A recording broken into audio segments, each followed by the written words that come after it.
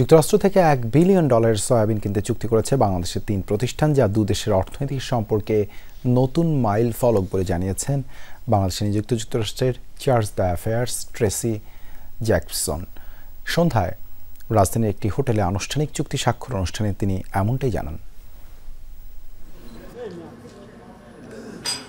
যুক্তরাষ্ট্র থেকে সয়াবিন কিনবে বাংলাদেশ। বেসরকারি পর্যায়ে 1 বছরে প্রায় $1 বিলিয়ন সয়াবিন কেনা হবে। সন্ধ্যায় রাজধানীর এক অভিজাত হোটেলে এ বিষয়ে চুক্তি সই হয়েছে। দেশের 3টি প্রতিষ্ঠান মেঘনা, সিটি ও ডেল্টা অ্যাগ্রো এই সয়াবিন কিনে রিফাইন করে ভোজ্য তেল প্রস্তুত করবে।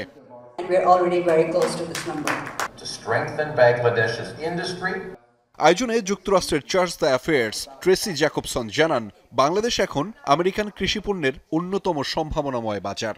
গত অর্থবছর যেখানে দুই দেশের কৃষি বাণিজ্যের পরিমাণ ছিল $779 মিলিয়ন, তা চলতি অর্থবছরে $1 বিলিয়ন ছাড়াবে। আজকের এই আয়োজন মনে করিয়ে দেয় আমেরিকান কৃষক পরিবার ও বাংলাদেশের শিল্প খাতের এক হওয়ার গল্পকে। আমরা এমন গল্পকে এগিয়ে নিতে চাই দু দেশের অর্থনৈতিক সমৃদ্ধির জন্য। এবছর $1 বিলিয়ন ছাড়িয়েছে, ভবিষ্যতে এ সংখ্যা বাড়বে। জ্যাকবসন তার বক্তব্যে বলেন, বর্তমানে বাংলাদেশ ও যুক্তরাষ্ট্রের মধ্যে প্রায় $6 বিলিয়ন বাণিজ্য ঘাটতি রয়েছে।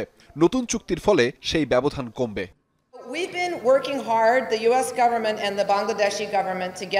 বাংলাদেশের প্রাইভেট সেক্টর এখন ক্রমেই শক্তিশালী হচ্ছে এবং সরকার ব্যবসাবান্ধব পরিবেশ গড়ে তুলতে কাজ করছে। দু দেশের সরকার মিলে এমন একটি নীতিগত পরিবেশ তৈরিতে কাজ করছে যাতে বেসরকারি উদ্যোক্তারা সহজেই পারস্পরিক বাণিজ্যে যুক্ত হতে পারেন।